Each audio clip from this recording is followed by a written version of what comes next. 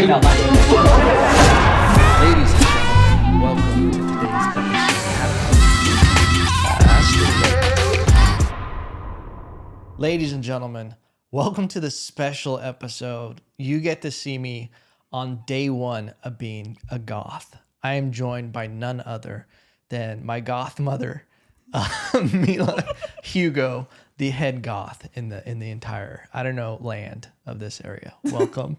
Thank you for having me. You've made a dream come true, because I did grow up doing sports and kind of staying on the straight and narrow. And to get to experience this is an honor. I was an honor to do your makeup. I was honored you asked, and what a transformation. Look at you. This is fantastic. I don't even know if I can go by Evan anymore, to be honest with you. Do goths rename like when they're reborn? Maybe. I think they do when they start going to metal shows and they get like a new Facebook account. They ditch their high school one, and it's like, like Garrett Goat Blood, and they say they're from Hell, Norway. You're from Canada. Is there a big gothic community in Canada?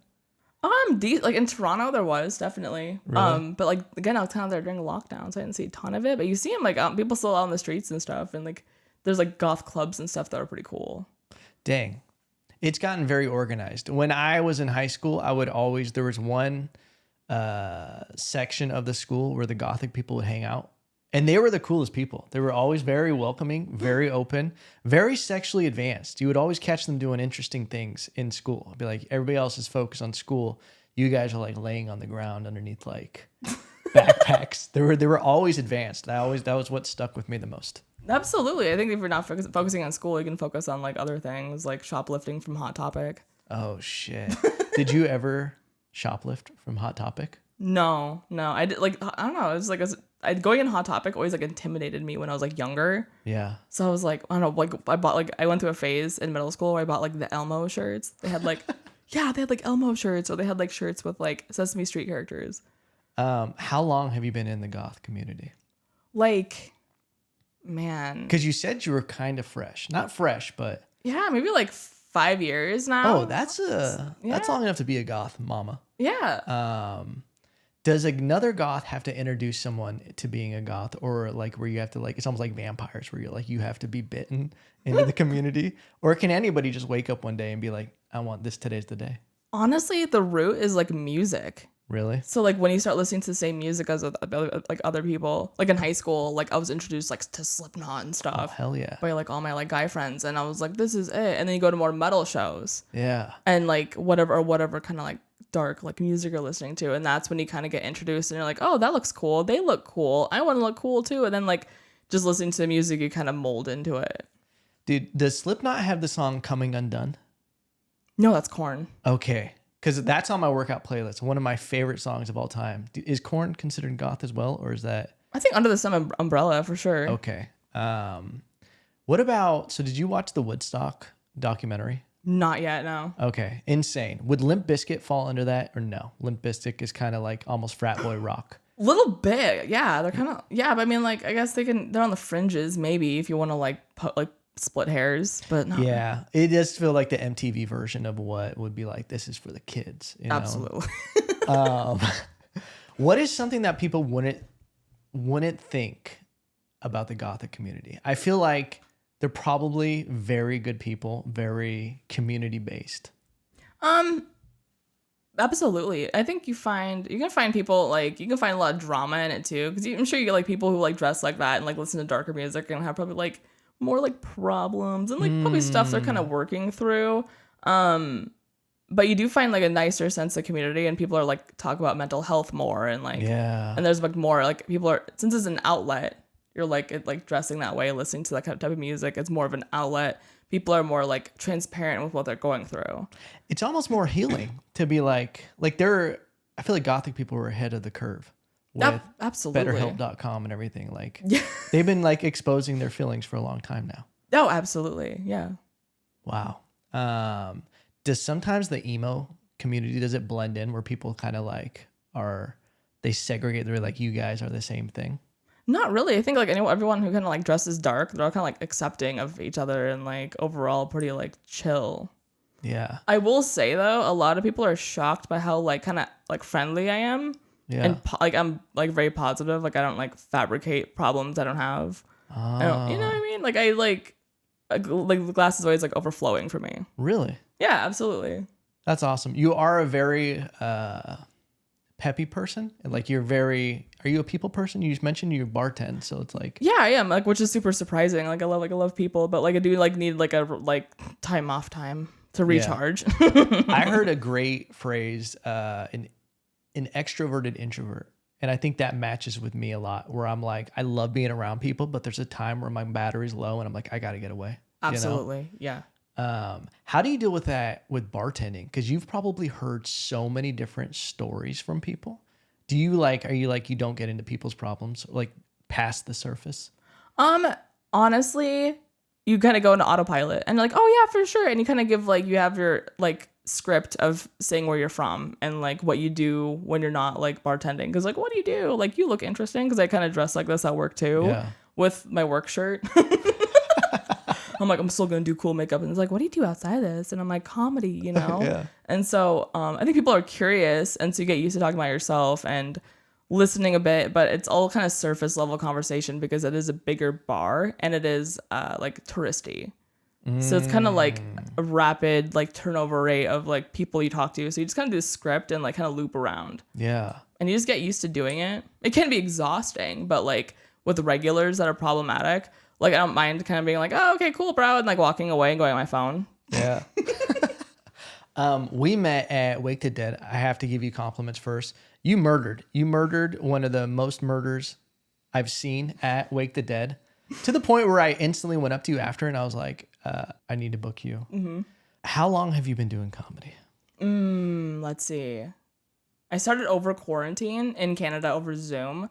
Like, what a wild origin story. Yeah. Like literally I was like, but it's the best way to start because like you're on a computer and like the biggest thing for me was nervousness. Yeah. Which is, I'm sure, which is with everybody. Yeah. But like you're like on a camera. So it was like, what this was like maybe December, January, March, like kind of 2021. Okay. Roughly. Yeah. No, 2020 going into 2021. Yeah. What's hilarious about starting on Zoom is if you start bombing, you can just unplug your computer. Like Yeah. you can just be like, hey, sorry, I have a bad connection. Exactly. Or just slam your laptop closed. How did it go the first time doing it on Zoom?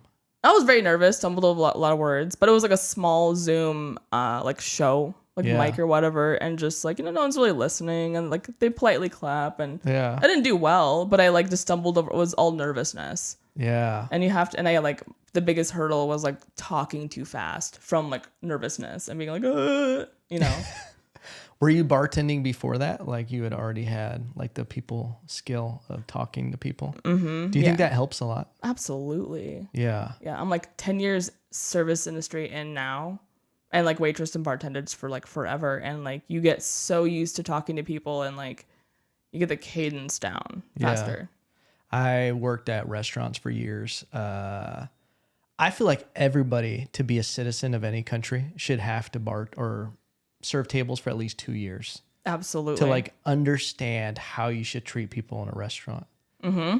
People don't know. Like if I go to like out to eat with someone and they treat a waiter bad, I'm like, you're the biggest piece of shit on this planet. Absolutely. Yeah. Absolutely. But I'm so seasoned, I don't mind saying something back. Really? Absolutely. Like I had like this old Southern grandmother, like thick accent, was like setting her cup like repeatedly on the bar and being like, I want some more ice. I would like some more ice. I'd like some more ice. And I looked at her dead in the face and I was like, I heard you the first time.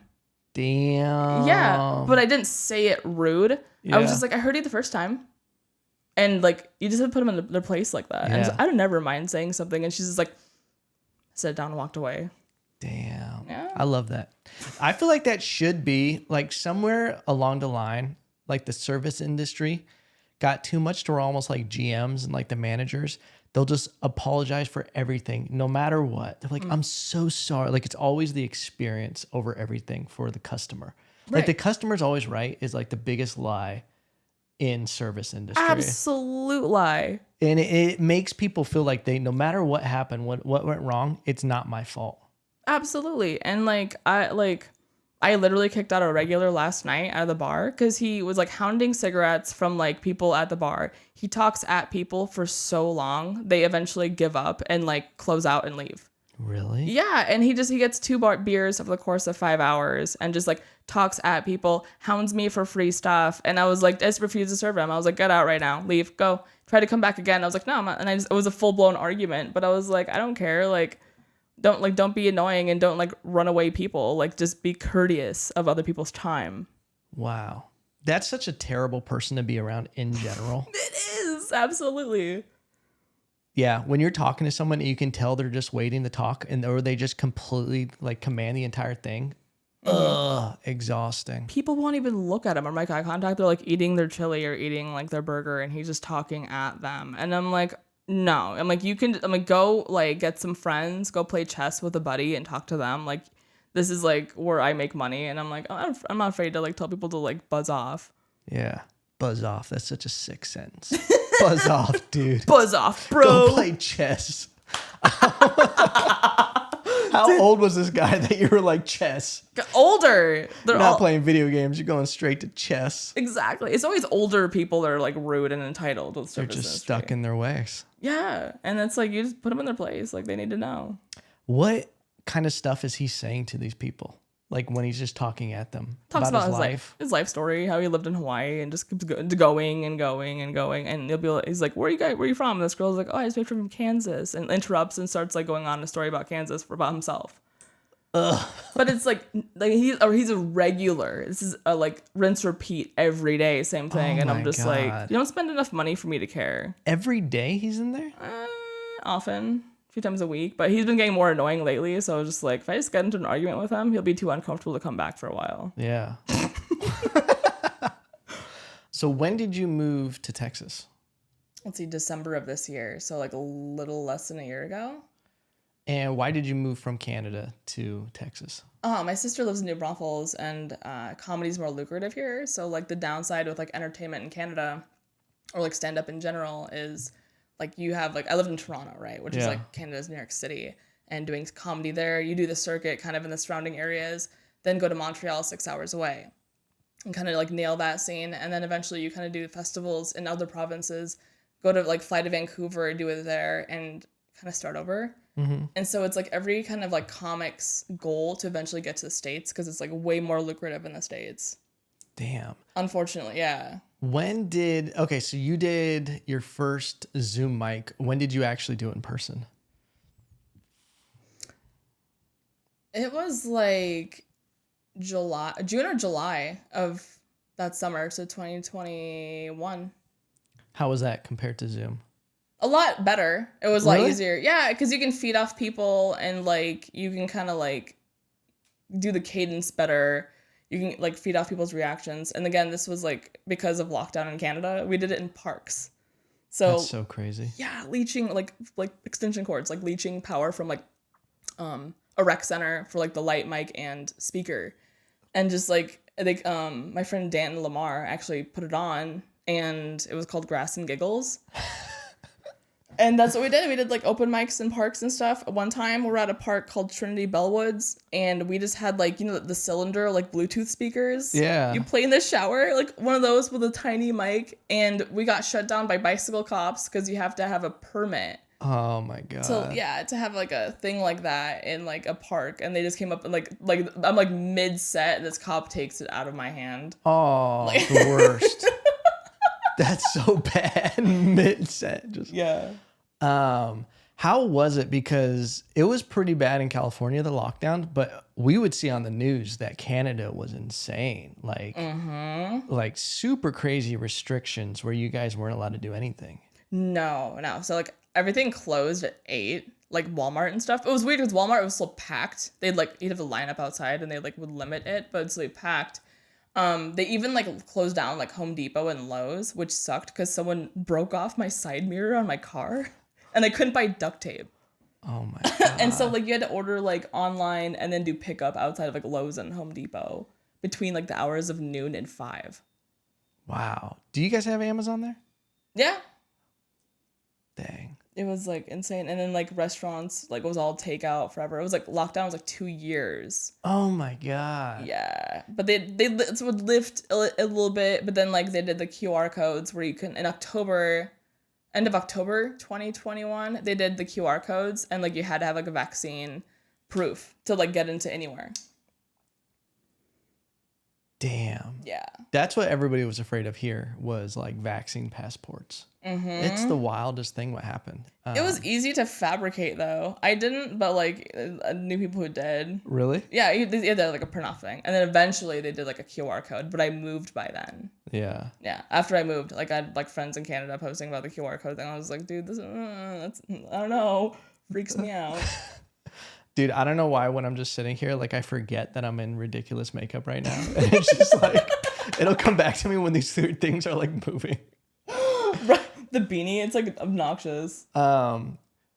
You posted a picture recently. I saw that you went through a hippie phase as well. Uh-huh. How long ago was that? My early 20s. Like I'm 32 now. It was like early 20s. Again, like I used to go to raves in my early 20s. I wasn't really like goth or metal then. Yeah. And so I went to like raves and stuff. I was in like college. Yeah. So that's when you're just like kind of like going on, just going crazy and like going to like EDM stuff. And then it kind of infiltrated like dressing hippie at the same time and wearing bandanas and a bunch of like, Oh, hell yeah. a bunch like what, like mushroom necklaces and stuff. Hell yeah. Are you a big proponent of mushrooms? Do you do mushrooms anymore? No, I've never done a psychedelic. No. Really? No. Whoa. Never. But you just rock the logos and everything? Yeah, back then I was like, I'm so cool, man. You know, like, so I'm so hippie metal. Like, you know, I don't. So were you sober at raves? Yeah, typically. I'd have maybe a drink or two. Like, But never like ecstasy or... I took it a few times. Yeah. Kind of like either at like a house party or something. Maybe like a show or two. But it wasn't like a consistent thing because I was like, I don't know who made this. Yeah, I never did it because I think I saw a weird episode of Full House or something where someone took something bad. And I was like, dude, fucking Full House keeping me on the straight and narrow. You know? Full House of all things. Like, it was like Seventh Heaven or something. Someone got bad Molly or ecstasy. Or maybe it was Family Matters, but it kept me clean. Oh no, that's funny. I remember a girl in high school who would go to raves and sometimes she would call me. It was, you know how in high school you have weird relationships with people, but it's like it didn't make sense, but it was like, I don't know. We weren't really friends outside of school, but we had each other's numbers. And she would call me sometimes in the middle of the night when she couldn't sleep from like an ecstasy come down or something. Dang. Dude. Yeah. And she would be like, I just can't sleep. Like she would be up for days. Like the come down of it. I don't know what kind of stuff she was taking. It was probably made at CVS with something. But like, I don't know. She couldn't sleep at all. And it would be like the weirdest depressed thing. And apparently I had this like Anthony Robbins vibe of talking her through it. Dude, looking back on it right now, I've never said that story out loud till now. And I'm like, she was just using me to get through that moment in her life. Right, but she probably took multiple of whatever she was taking. She probably took a lot of it. Because if you take one, it keeps you up overnight. But like, you're not like up for days. Yeah, there was one time she was up for like at least 2 days. Like that's like, oh, you'd over go 48 hours. You would go insane. Yeah. I knew another person who did way too much of it in college, and they started hearing voices and would just like go in the closet and try to wait it out. That's awful. Ugh. Scares the shit out of me. Yeah. Any kind of like acid stuff or that kind of stuff, it just nothing appealing about it to me. No, and like a lot of like kind of like rave drugs now are just like straight up like cut with meth. Oh. Yeah. That makes it cheaper to make that way. Yeah. So it's just like, I don't know about that. And with like the fentanyl stuff that's like going around, it's so scary. Mm-hmm. Yeah. Yeah. They just someone posted a thing that on Instagram that they found fentanyl in like the candy nerds coming across the borders right now. Wow. Like they were trying to smuggle it in with all these other nerds. So like there's going to be little kids who are going to have the best night for a little bit of their Halloween. They're going to trick or treat and think it's the greatest thing. And then who knows what happens. Right. Oh my Lanta, dude. It's going to be a sad first week in November. Happy Halloween. Dude. Could you imagine that? Like, I don't know if you remember, I don't know if it was like this in Canada, but in America, it was like you had to check your candy for razor blades. Did you guys ever have that? Yeah, it was like a thing. Because I grew up in South Dakota and Iowa, so like. Oh, really? Yeah. Oh, Yeah. okay. So like I was like born in Canada. I lived there until I was like 2. Oh, okay. So I was like, raised in the States, but like we'd have like like parent like in our friend group we had one friend whose mom was like insanely paranoid. Yeah. And she wasn't allowed to take home candy at all. Oh, yeah. Like just I mean she was a mad cow disease mom. Oh, So shit. she was like nuts about that. And like when West Nile was a thing, she was all like paranoid and she's like, don't be outside too long. It's like summertime. Like Where's her daughter at now? Does she have problems now? I have no idea. They live in Florida. She's probably like fentanyl nerds kind of. Dude, because you push the other direction. You're like, I'm going hard now. Yeah, if you're too strict and you're just like a nutty parent and you ground over like any little small thing. Yeah, you like once you get out of the house, it's like it's like a rubber band. Just snap. You like freak out and like do everything. You're at farms trying to get mad cow disease now. You're at farms biting cows, So you were raised in South Dakota and they had that happening when you were a kid? Yeah, like I don't know, they had like kind of like the community thing where you'd go like downtown to the little community center and like you do like little games and stuff and then like you do a trick-or-treating as well and like a cop would like because this is like peak dare era. Oh yeah. Yeah. Oh man, the 90s. And then like they would check over your candy and they would just like look for candy that was like unwrapped. Yeah. And they just like junk out like just like obvious stuff that like you shouldn't be having. I would love to see the numbers on how like the reaction to it compared to how much of a threat it really was. Yeah, what are they putting razor blades in besides like a candy apple? Yeah. I don't what parent ever gets something made from someone on Halloween is like, yeah, that's fine. Yeah, but like I'm not gonna hand my kid produce and I'm gonna be like, yeah, cool. no, like once in a while you get something weird from like an old person, like they'd give you like a little like I don't know, like the classic McDonald's like paper like fry container. Yeah. But, like, it would be Halloween themed and they have a bunch of like gumdrops in it, Yeah. And they just like hand it to you like that with like a pencil. Yeah. And you're like, all right, not gonna. And you're like, we'd like throw it on their lawn, like that's. That's definitely a trick right there. Old people candy. I'm like, this is in your dish for years. Dude, one time my brother and I were trick-or-treating. We went to this house and we were like, it looks like, I don't know if they're celebrating it, but we're going to knock anyway. We kept knocking and we see this little old lady like open the thing and then she opens it and she's like, what? And like all scared. And we were like, happy Halloween. And she was like, wait, what? Oh, and like looks like she had like dementia or something. Like it was a very like she had no idea it was Halloween. She probably thought it was like 1981. But like she disappears for a while and my brother's like, we should give her our candy. Like he was just so sweet about it. He was like, we should just give her because she doesn't know what's happening. And she came back with loose mints in her hand from like her little fucking glass jar. And she was like, no, take them. I was like, all right. You're like, okay, thank you. Dude, it could have been ecstasy. But yeah. So now we threw eggs at her house. No. Ends with that. We fucked with her for years. No. That's so But yeah, like, no. what? Old people will just give whatever they got sometimes. They're just like, I grew up during the Depression, Yeah. And like some like old people had like weird habits because of it. Like the dude in my high school said his grandmother would like save like in good shape like fast food bags. Really? Yeah, like the big one. And she's fold them up all nice and just like keep them like in a cabinet. Just in case she had to like make some like shoe fillers with them later on. I don't know. What do you even do with them? Like I don't even. They probably had to do some weird things during the Great Depression. Like this could be a blanket one day if we need. Right, a blanket or something, or like they make one knife last like years, Yeah. Yeah, there's always those stories about like the Great Depression where they'll just find their grandparents hiding stuff underneath the beds, like money, like tucking away, burying it underneath the, the floorboard. Mm-hmm. Crazy. Or like when they renovate old houses, like they'll like find like wads of cash in the walls. Yeah. They're like forgotten about. Yeah. Yeah. That's nuts. I grew up doing construction. Sometimes we would like go to houses that were that old and I'd be like breaking down a wall and I'd be like, come on, let me find something good. Never found anything. Right. Just like vintage porn, but like that was it. Oh, yeah. That was pretty cool. But, vintage porn, that's funny. You never found anything like super strange in a house? No, nothing out of the ordinary. No. Never like just like sometimes like bats and like rodents and stuff and like No. The only thing I was like older people. So I had people weirdly be creepy with me where they'd like just be staring at me from like across the way. Yeah. While you're doing construction in their house. Yeah. Yeah. Like if there was like a grandparent or someone that lived with them, that would be the weirdest thing is I once had this old lady. She would like come say hello to me and everything else like nice. And then she brought me, I don't know where she got it. It was a broken lamp and she just brought it to me to fix it. And I was like, I don't know what you want me to do right now. Oh my gosh. And then she brought it out at the end of the day because it was my dad's company. She brings it out at the end of the day to me, like, and I'm in the truck waiting to leave. And she was like, he said he would fix it. And I was like, Dad, I never said anything to her. No. Yeah. Yeah, because I assume like you're working on the house, like you can like fix anything here, you know? Yeah. Yeah.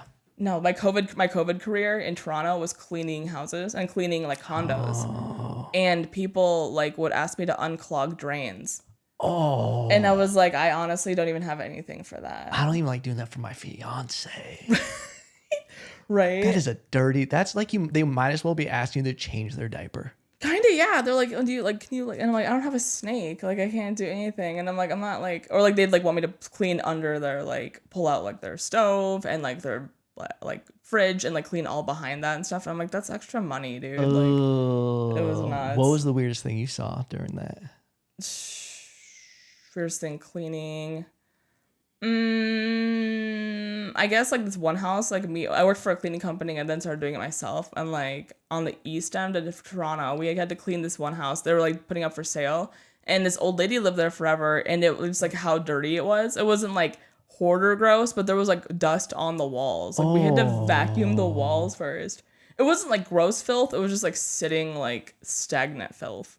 Oh man. Just a lot of that. And just like, I don't know, it was like weird. People like, I think the weirdest thing is people's expectations when they get their house cleaned. Like one super wealthy couple, like I think they got their house actually decorated by the Property Brothers because they're based out of Toronto. Oh wow! And like she had a fit because we didn't clean her toothbrush holder. Yeah, like people's standards for their houses getting cleaned by like 2 people in like 5 hours is like insane. And how much they're probably paying compared to like what they really want. Exactly, yeah. And just like they'll like find like Instagram accounts where these like cleaning companies in BC would like flip a hoarder house and like deep clean this house probably for weeks. Yeah. And like she'd show like us the picture. She's like, I want to like see like how they do it. I want it like that. And I was like, we don't like my coworker is pregnant. Like we're like we're both like in our like late 20s and we're just like, we can't do all of that for you, bro. Man. Yeah. That's crazy when you go like, did you just show up at a house? You're like, I don't know who these people are, what they're going to be like. Well, over COVID, it was like people who had money. Oh, really? So like kind of seeing like how wealthy people live. It's like nuts. Like in like Canadian wealth was funny because people would have like a nice huge house and then they'd have like a backyard with like an ice rink. Oh, no like shit. A small ice rink they'd like build or have built. That's so Canadian. Right? And then you see all like the little like the like skate shoes. Instead of like exotic tigers, they have like beavers. On chains and stuff. Like that's an exotic beaver. Exotic beaver. Dude, straight from Yukon. Like So you grew up in South Dakota. Mm-hmm. Are you like an outdoors person? Not at all. Not really. I go on like hikes once in a blue moon just because it's like good just to get like sun and like be outdoors. But like not really. Like I like didn't float once over the summer. Really? Yeah. Dang. Even living in New Braunfels, you still were like. Again, like bartending, taking off like a weekend day is like just you're like losing out on like $300. Bartending's so lucrative. It is, and that's why like my friends are like, oh, like do you want to go to this one like stupid concert with me on like a Friday? I'm like, no. I'm like, is it country? Absolutely not. Like, no. Oh man. That's why like I only take off weekend days for like a comedy show if I'm booked or something. Yeah. You know? Like it has to be something like very important. Yeah. Right. Does New Braunfels have a good comedy scene? I've seen like posts and I'm like, oh, those are. Not really. I have because I host the mic at the Phoenix Saloon and that's like the only comedy thing in New Braunfels. Really? Only thing. Is there a demand for it or they're just like, eh? Okay, so there was like some stuff pre-COVID that was comedy related, but they were kind of like Like a few mics that wouldn't last. Yeah. And it's because I don't think they marketed it well. I think the owners of the bar kind of wanted more music and were like, okay, on like a Tuesday night, you can have like an open mic. And they didn't like push it or like put like TLC into it, you know? Yeah. That's tough. So there, but I see like with the mic I've been running at like 4 months now, maybe. Like there is people do like it, and they're like Yeah. more people are coming to it, and they're like, this is great, this is funny, but also like they have to be open minded. Like when we get like the Corpus Christi or Laredo comics, and they have more gritty material, Yeah. and they're kind of like you know, Yeah. They drive all the way from Corpus Christi? because I do like longer times than mic, like 7 to 10 minutes, and so they'll hit up Okay. the one at Upstage in San Antonio, and then because that one starts earlier than mine, and they'll come to mine since mine runs later. Dude, I gotta come out to New Braunfels. Yeah. I'll check it out. Yeah, but like I have like literally the only comedy thing there, and it's like kind of a bummer, but also like New Braunfels is like old school, Yeah. so like kind of like dated in that sense, and so like I think there is a need for it and like a want for it, but like it's kind of showing that to people. Yeah. It's a cool spot. Like we love going to New Braunfels like on the weekend, even in Green. Like I feel like it's an untapped area, or at least a lot of people in Austin don't really know about it, especially Green. Absolutely. Yeah. Like it's very pretty, and like we got a lot of people on the weekends from like Austin who were like, we need like a mental break from like a city, and just they Yeah. come there to like a chill bar, and they go to like the nice little like spots in Green because Yeah. those great restaurants. Dude, it's so good. Green River Grill. That burger, the Queso Jack burger. Oh.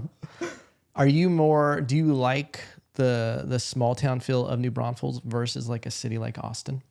I prefer a city Really? way more, but like the one thing about Toronto that made me like spoiled and kind of like judgy about US cities is how walkable they are. Oh, that is nice. Yeah, and so like Austin's very walkable, and it's like cool in that sense, but like San Depending on what homeless people are out there at the time. honestly, and like so I plan on moving to San Antonio eventually, but like it's like all driving constantly, so it's kind of like Yeah. more mentally exhausting in that sense. But like I always prefer a city. I love the filth and grit of a city.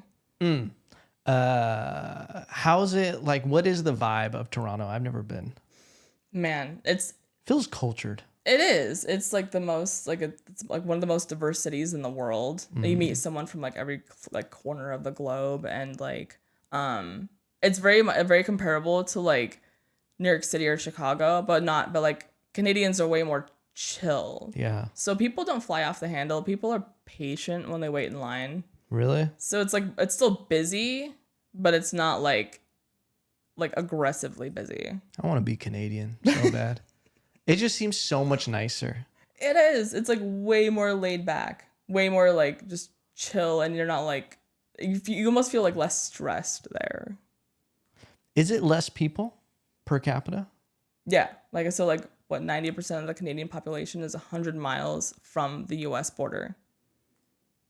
Oh, wow. Yeah, So what's happening in the rest of the place? Just moose?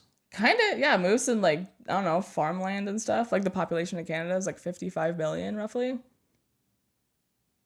How big is it compared to America? I'm just asking only geography questions. Snap! Canada's huge. Yeah. Like it's a massive country. It's just So like it's only 55. million roughly. Yeah, And America's like what, 250 or 300 million? 350 million I think now. How are you so good with numbers? How do you know all this? I don't know. You read books a lot? I have ADHD. Dang. Yeah. So that is a much different population with the size. I feel like there's something to that because like when you're around, like the more people are in traffic and everything, the less you care about people. Absolutely. But like more spread out and like, you know, you see someone in a small town, it's just like, hey, how was your day? It's like moving a lot slower. For sure. And that's like the one negative thing about living in like a city, like the population of Toronto, like the total GTA is like 7 million. And like the city proper is like 4 or 5. And like once you kind of like, you're in a dense city, you kind of like turn into like mentally like a New Yorker, whereas like you just like walk around people, you don't care, you don't like ignore people, and you're kind of like whatever, and you become more like selfish without meaning to be. Yeah. But Is there a big homeless community there at all? it's not as bad as like in the U.S. cities. You don't Yeah. see like panhandling like to the degree you see in the U.S. But there are like kind of tent cities and stuff. But it's not nearly as bad as like Austin, I'd say. Dude, Austin is wild. Austin's getting bad with it. Yeah, the first weekend I was in California, in Austin, it was when they still had the tent law going on, where it was like, and it was insane. You'd be waiting outside. Like I was there out for like Kill Tony one day, and like 4 different homeless people came up to me aggressively, and they were like, one dude asked me for $1, then he asked me for a cigarette, and then he asked me if I had Venmo, and I was like, motherfucker, you got an iPhone? Like, right. He was like asking me, he's like, oh, you don't have cash? I got Venmo. You know? Yeah. It was resourceful, to say the least. The Venmo account. Can you Venmo me $1 really quick and a cigarette? Dude, crazy. Just be like, what's Venmo? Like, that's what thing is like. I feel like there's so many people there that like they might not even be homeless. They might be like, I'm just trying to make a little extra cash. Yeah. This is my side gig. On Reddit, I'll see pictures of people panhandling, and like someone's like, I just saw them walk out of a Tesla a block away. Oh my God. Yeah. And like walk up and to this like intersection. They're like, help me. So it's like, dang, dude. That should be a crime. Honestly. Dang. So what else do people not know about the goth community? I feel like I'm dressed up like this, and we've not done enough goth material. I think you're right. Dude, this is a big one. How expensive it is to dress goth. Oh. Yeah. Like all those super like I thrift strategically for all my clothes, like very carefully, and like I just like sift and I know what to look for. But like when you buy the boots, like the boots are like anywhere from like $150 a pair up to like $400 if you get like good stuff from Europe. Whoa. Right? What kind of boots are those? Those are very nice They're boots. just Doc Martens. I was about to say Doc They're Martens. easy to drive in. That's why I wear them. Right. Dang, there is a commitment to the lifestyle of being goth, because you can be a lot of things in this world. You could be depressed, you could be suicidal. You don't really have to like, there's no commitment to that. You just say it. But like if you're gonna be goth, you got to commit to the outfits. And I feel like I think you've done a great job for summer, like kind of like you adapt to the weather, but I feel like it's not always strategic for weather to be goth. No, like especially like summertime, you're like, oh snap, I have to wear like mesh with like a tank top and stuff. And then like a lot of goth wear is like more geared towards like winter. Yeah. Like leather jackets and like the cool jeans that are like cut up with like, you know, leather boots. So like Canada is perfect for being goth. Absolutely. Dang. Yeah. Do you ever catch people like with stolen valor where they're pretending to be goth? Kind of like what I'm doing today. But I'm goth on the inside. I feel it, you know. I'm channeling it. Have you seen people where you're just like they're dressing and you're like, oh, you're just trying to look like you're trying to just adopt this look without the lifestyle?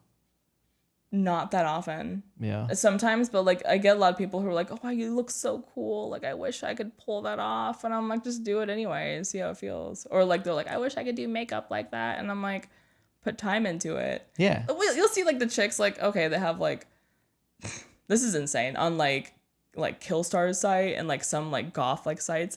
Killstar site? Yeah. What is that? Oh, Killstar is like a very big gothic clothing brand. Very expensive though. Okay. Super pricey. And like they sell like witchcraft kits. And like all these like white girls are like eating it up. Like they're like has like crystals and stuff in it and sage and stuff. And I'm like, what are you doing? You know, that's how you get sleep paralysis, man. Don't do that. Like you better not. You better sage your house first with something that's like not from a box and some expensive like California company. Like what do you do? Holy shit. Yeah, so you see a lot of weird stuff like that where you're like, what? And they're like, have a like free Ouija board. And I was like, Dude. You better not. Yeah.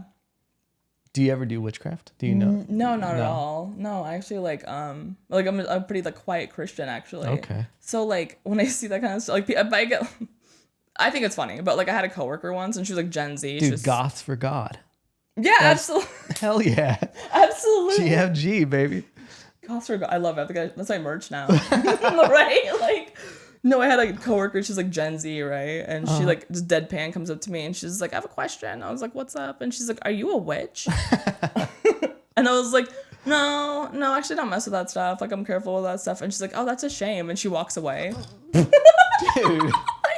But I always have a sense of humor about that stuff. You have to laugh about it. And like I love joking about my appearance and like you have to have a sense of humor about that. I feel like a lot of like alternative chicks and like goth chicks get like overly sensitive. And I'm like, if someone says something during the grocery store, I'll just say something back. Yeah. You know?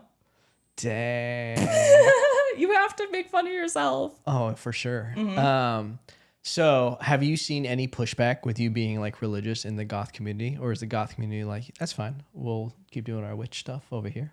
It depends. It depends. Cause I'm like, I think people are kind of like afraid to say something in general about it. Cause they're kind of like, oh, okay. Like, but I'm very like chill about it. And just like, I'm not pressing with it. And like, Yeah. and I think they're accepting in that sense, but also like I avoid buying like a lot of certain like clothes and Yeah. like necklaces. I'm like, I'll never wear like an inverted cross or like Whoa. a pentagram and stuff, you know? Yeah. So I'm careful about wearing that stuff. Always. Dude, I saw a guy with 666 tattooed on his face, and I was like, that's such a commitment. Yeah, absolutely. Like, or like you see people with like a pentagram tattooed on their forehead. Ooh. Yeah, and I'm like, so that's like the part where I don't like touch that. I'm like, that's where like I draw the line like clear there, right? Dude, that stuff is like, I don't know what is real. Like, I don't know what happens when we die. Like, I respect everybody's religion, their faith, whatever they want to do. Mm-hmm. But there is something crazy, like something that is going on. And one time in college, I wasn't even in college. It was my sister's college. She invited me up. Mm-hmm. There was a heaven and hell party. And the entire upstairs area was heaven. And the entire garage area was hell. Mm-hmm. And it was like all themed out and everything. And there was a keg in purgatory, which was like the connecting rooms of it. And it was a great themed party. Right, for sure. And it got crazy where a guy dressed up as, I think he was Jesus. At the end of the night, he had 666 permanent marker on his head. And I remember him looking at himself in the mirror, and it was all wild. And I remember going down into hell, and the girls were stripping. Like, it got very like hedonistic, where I was like, oh, everything's kind of taking like real Lord of the Flies turn right now and getting really weird. And I remember having a moment where I was like, okay, this is getting like weird. And in the morning, there was a giant snake in the garage. A living snake made its way into the garage. That's horrifying. How crazy that in hell there was a giant snake. And they've never had a snake in their garage, and there was just a big snake. That's insane. Man. Yeah, dude. We gotta be careful with that stuff though. People mess with it and like kind of like lightly mess with it, and I'm like, don't do it, you know? Yeah. Snap. Something happens. It's like the butterfly effect. Like, you don't think it's gonna happen, but you never know. I had a girl in college, I think she had a crush on me, and she was a witch, and she would be like, I'm gonna do some good things for you. And I was like, all right, well, you don't have to. Like, don't even really involve me. Right, you know, like, right. You're like, you don't have to. Kind of forget, because, you know. And like, what if she says something wrong? You know, I don't know how well she knows it. Right. And then I think she got upset because I was dating my fiance. And I don't know, she took a turn, and I think she did something bad. I could just feel it, you know? Weird. She got really weird and like would stare at me weird. And I was like, oh shit. Did something weird ever happen to you? Not like, no, nothing like spooky. No, I don't think anything spooky. I was just thinking something that weird happened that did that semester is someone left a note on my car that they wanted to dress up in latex and give me a blowjob. Someone wrote that on my car. Do you know who it was? No idea to this day. What? I told my fiance about it. I was like, is she trying to test me and see if I'm just down for that? But Right. then, yeah, no, I have no idea who it was to this day. She must have. It must have been her though. Who else would do that? I don't know. That's oddly specific. Really? It really is, huh? Well, no, I knew a chick who like dated like a guy that was a practicing Satanist, and he gave her like a pendant. Like he made a pendant for her or whatever, and she got violently ill, like super sick, like out of nowhere, just got like super sick for like days, like a stomach thing or something. Yeah, and it's like, oh, dude, like I don't, nope. It is so crazy because like I look at like religious and like spiritual things as almost like UV rays, like how and like ultraviolet lights. Like there's so much stuff going on, even like Wi-Fi, but it's like there's so much stuff happening that we're just not tapped into. Absolutely. That we need almost like extra stuff to figure it out. Mm-hmm. So it's like, yeah, there's so many of those weird stories where things happen and you're like, that doesn't make sense. Right. Exorcisms scare the shit out of me. Yeah, absolutely. And he's like, it's crazy. You see these like church services in like Colombia, Yeah. and they're doing like all these like exorcisms and stuff. And it's just like, is it like, but like even like in Mexico, like Mexico City is very like into the occult, and there's like a lot of dark stuff there. Like it's super like the Day of the Dead and everything. So Yeah. it's like, and like a lot of like supernaturally, a lot of weird stuff happens in Mexico. Yeah. Really weird stuff. Like look at like all the like urban legends and like all the creatures and stuff. Like a lot of weird. There's a lot of weird energy there too. I wonder if it's one of those attraction things where if you put it out there, it hubs to you, you know? I'm sure. Like if you're like kind of wanting something like spiritually dark to happen to you, like it will. Whoa. You know. That's why you just be careful. That's why like I tell people, I'm like, hey man, like whatever you believe, just be careful. You know. Yeah. If like don't ever like participate in like something someone wants to invite you to. You know. Yeah. Like I worked in a record store and this older guy came in and was inviting like me and my coworkers to like a really screwed up sounding like séance, and like he called it like the Rooster Festival or something, and we're like and like he's like talking to my coworker that was like 19, she's like super young and like susceptible, and I was like, no, you're fine, like have a good one, man, see ya, dude, Yeah. like get out. And I was like, what are you like, I'm like, what are you gonna do there, inviting a bunch of young girls to it? I'm like, Did you ever hear about what happened, or it was just never seen again? no. They gave us like a weird flyer for it and I threw it away. I was like, Get a no. flyer for it. Yeah, I was like, he put it off at home or something. I was just like, no, like that's someone else. Like, Man, that's why like the Woodstock documentary on Netflix is insane, because like the mentality, even if people aren't like, if there's no magical element to it, there's still people who are out there like doing sacrifices and like getting crazy based on their belief of what they think is happening. absolutely. Like with the Woodstock stuff, it's like a great example of like a hive mentality of when they think they're part of a cult and this like group that's like changing the system. Like it all was like, there's a crazy, like you have to watch it. It's like a freak, everything happening at once, where like they ran out of water, they felt like they were being treated terrible. And then like the music, like just like hyping them up, made them go insane with like bonfires. And like there was a lot of dark things that happened in the name of like Rage Against the Machine. Right. It was dark. For sure. And like, especially like in a group setting, like everything changes. It's scary. And like people get like, as by ourselves, we're like more likely to be nice and polite and kind Yeah. and care for someone else. But like in the group mentality, like you can kind of get sucked into stuff. You're like, well, if they're if they're doing it, I will. So it's like, dude, I've heard a lot about this documentary. I need to watch it now. Dude, it's crazy. That mindset, though, there was like a scientific study where there's only one person who actually was the subject, and everybody else in this study was part of it. And they were like picking like which line is longer, like visually. Right. And everybody was in on it, and everybody picked the wrong one on purpose just to see what the person, they knew it was wrong, but they saw that everybody else said the other one was right. Right. But they went along with saying it was wrong just because they didn't want to like stand out. So it's like that hive mentality. That's why like I hate bars and like going out late like on 6th Street and stuff, because I'm like, you're going to get caught in like some crazy frat bro, situation that's insane. Yeah, even if you're minding your business. Yeah. And you're just like, hey, let's just have a drink real quick. And it gets like 6th Street has a weird energy too. Like when it's busy, I'm just like, this is insane. Yeah. They like, I've never been down there when they shut down the street. Have you been there? They like shut it down, and it's just like everybody's out there and it's pure chaos. It's like Lord of the Flies. Dude, right. And that's like a great example. It's like the Lord of the Flies thing where like everyone like, it's like, kill or be killed. Yeah. Almost. Yeah. That's insane. Young people are wild. We're getting deep with this. I know. I love it. Dude, it's just that when I get gothic, it's just like I can express myself, my darkest side. I don't really know what that means. It felt right to say it right now. My darkest side, right? I actually got invited to a party in high school by a girl who was a self-proclaimed witch.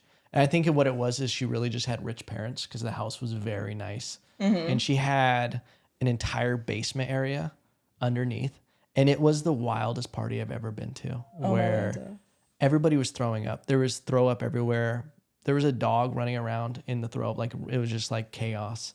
I don't know what the point was, but I'm just trying to think of witchy stuff that I've been involved in. That's insane, dude. Yeah.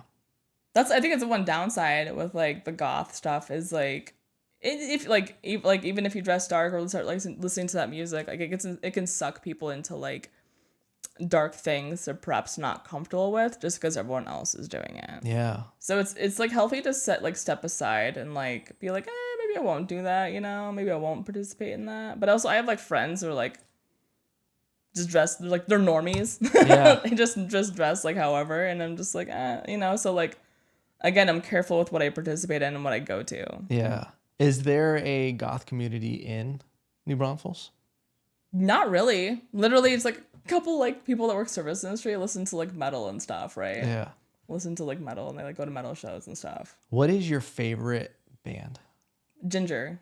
Ginger, dude, I gotta listen to it. That was such a fast answer. Yeah. What kind of band is it? They're a metal band from Ukraine. So it's spelled Jinjer, and then they're female fronted. It's like progressive death metal. Yeah, like gent as well. Have you seen them live? Yes, once. Really? Mm-hmm. Wow. And they're from Ukraine? Mm-hmm. Are they fighting over there right now? No, they like live in Southern California now. Right? They got out. Yeah, they got out. Dang. They got, yeah. What is I went to a Metallica concert when I was younger, and that shit was insane. Like the mosh pit and everything. Have you ever been in a mosh pit? Yes, yeah. How was it? Love it. Actually, was in one 2 days ago. Really? I saw Knocked Loose at Vibes in San Antonio, and they're like hardcore. Really? And then Bitter End as well played, and they're from Dallas, I believe, and like I loved it. The one downside is like I don't have a proper case for my phone, and so I'm like, don't break. So you have it like I have it in my pocket, and I'm like have like my key shoved like in a pocket, then like some cash and my ID, and you're just making sure you have everything because I don't have my purse or anything, right? Dude, have you been punched in the... No. But I've like fallen before. But like people like the metalheads are cool. They help you up, Yeah. I think that's what the thing is. I've seen some that have just gone completely terrible in the highlights of like... Yes. Dude, some people just try to knock people out in the mosh pit, and it's wild. Mm-hmm. And like especially, I'm sure like bigger shows where it's like people are more nutty and they just get like chaotic and insane. And again, it's just like the music kind of feeding into it, and they're like, this is what the band would want me to do, Yeah. And it gets nutty. You a fan of Marilyn Manson at all? No, not anymore, just because of like his allegations and everything he's done. Yeah, it's sad when that happens. Absolutely, but I mean, I think that's more common than we believe. That being said, I do like his music, and I always will like quietly be a fan of his music. But like again, like he did a bunch of weird stuff too. Yeah. Yeah, when the allegations started coming out, I was like, come on, Marilyn. Yeah, but it's like a snowball effect because all these girls are like, oh yeah, he did that to me too when I was like 18, and like they probably doubt it because they're like, well, I was 18 and like he knew better and he's Marilyn Manson, and they're like a fangirl, right? Yeah. Mm-hmm. Yeah, sometimes R. Kelly will come on my Spotify and I'm like, I don't know if I can stop listening to this. Right, because he was like, R. Kelly was a great artist. Absolutely. Like he couldn't read, he wasn't literate really, but he could like just Really? Yeah, he had people book his flights. He had people like read text messages and respond to text messages for him. So he couldn't read IDs. That's his defense? Maybe. Maybe. Snap. And he just, How was I supposed to know? That's insane. Right. Yeah, that is what's weird is with cancel culture. Like if someone's a piece of shit, get rid of them. Mm-hmm. But there is that like disconnect where it's like, are they the artist? Is their music connected to that? Or like, where can we separate? Because it's like, should we get rid of his music? Because there's some bangers. That is a good point. Like I will say, like with makeup, there are like controversial like makeup brands, and like whoever, like if it's like Jeffree Star or it's like someone who did something right. If it's like someone in the public eye and they did something like shitty, and so everyone's like, don't buy their makeup, and it's like, well, like their foundation's the best. Yeah. And so that's hard for me too, especially. Yeah. Especially when Michael Jackson had a bunch of stuff. Mm-hmm. Michael Jackson is the weirdest bag of worms that I think we'll never realize what really all happened with that. Absolutely. But Beat It, Dirty Diana, Smooth Criminal? that was like a once in a lifetime artist. And Yeah, he was so good. you know what's crazy is like the older you get, you start seeing like the cause of some stuff, and you're like, you see it's like a chain effect of like so much stuff that happened to them when they were like a kid, and like just that lifestyle. But like, there's also a dark world of conspiracy about like Hollywood and Michael Jackson stuff that I'm not really into conspiracies. Except when I wear my goth hat. But it's so much bigger than I think people know. Absolutely. Michael Jackson. Yeah. And I'm not a Michael Jackson apologist. I just need to make that clear. You're totally fine, but like he was never allowed to grow up. Yeah. And so he was like manipulated by their very toxic dad, like the entire family, and just like and it's like no wonder he was so screwed up from it. But even like looking like with what's her name? The girl that was on iCarly. She wrote the book called I'm Glad My Mother's Dead. Oh shit. Yeah, and so she talks about how like Nickelodeon was super toxic and how like they're young, like they're teenage actresses and they have to go like hang out with like the producer of like one of the owners of like Nickelodeon or something. They have to hang out with him in like a hot tub and stuff. Oh my god. So the good thing with like kind of like the cancel culture and like Me Too is like now like people are like, hey, I can like talk about this and not feel crazy. Yeah. And so, and this, if you Google the guy, he looks disgusting. He looks like he's a meatwad, but like, yeah. And so, like, she talks about it and she refuses to do like an iCarly reunion and she refuses to do any of that. And I'm like, good for you. And it's just like, but like now people are more like alert to like how models are treated when they're teenagers or like people going into like any like music or like film industry at a young age. Yeah.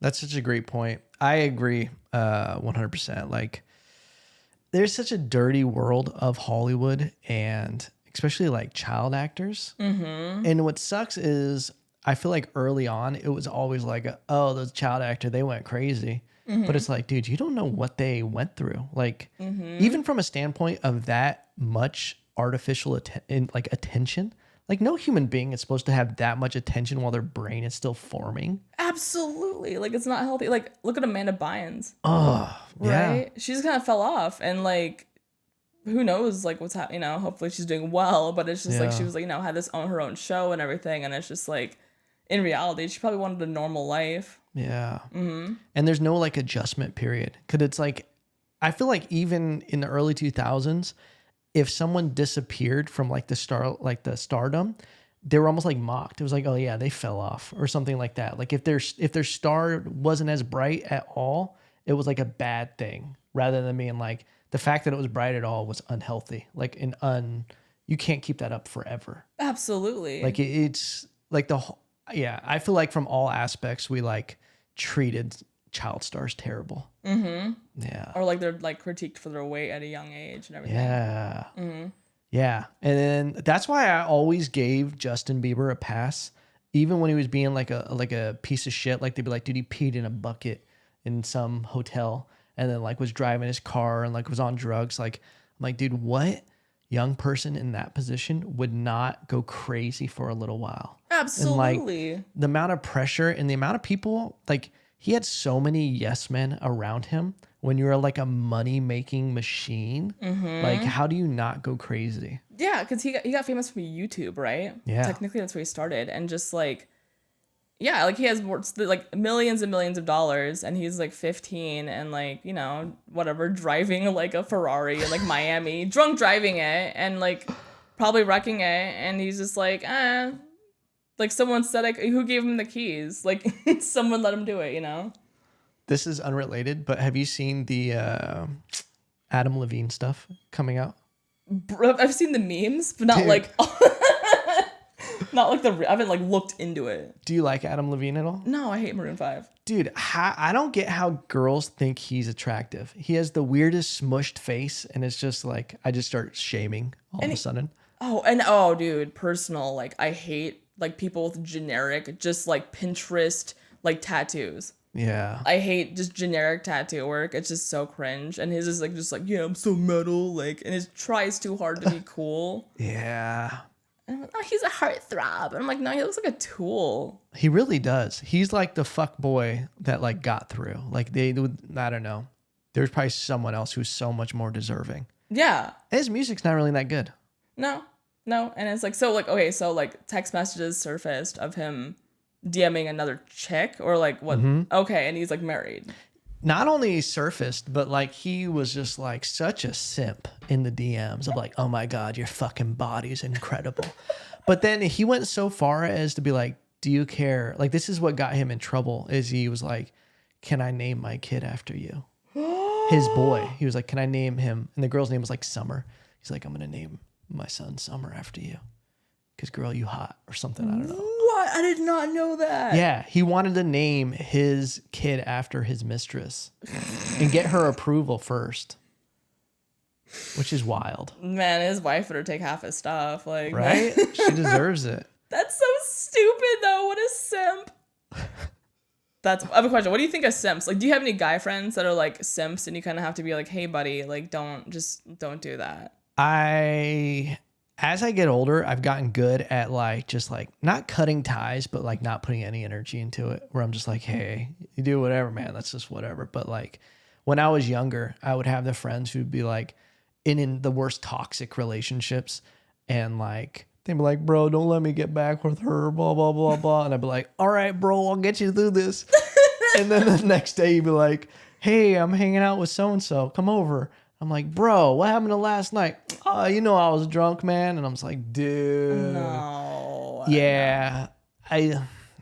There's like a certain point where you just gotta like let people, like they're just gonna do what they're gonna do. Mess up their own lives, honestly. Yeah. Do you have simps in your life? I get like, like dressing goth and stuff. I am like careful about what I post on Facebook. Like I never post anything like promiscuous or just like my like how I do my makeup and stuff. But I still get like DMs from like a few dudes I went to high school with and like just randos and just like kind of dudes you meet on the cusp of like comedy. Yeah.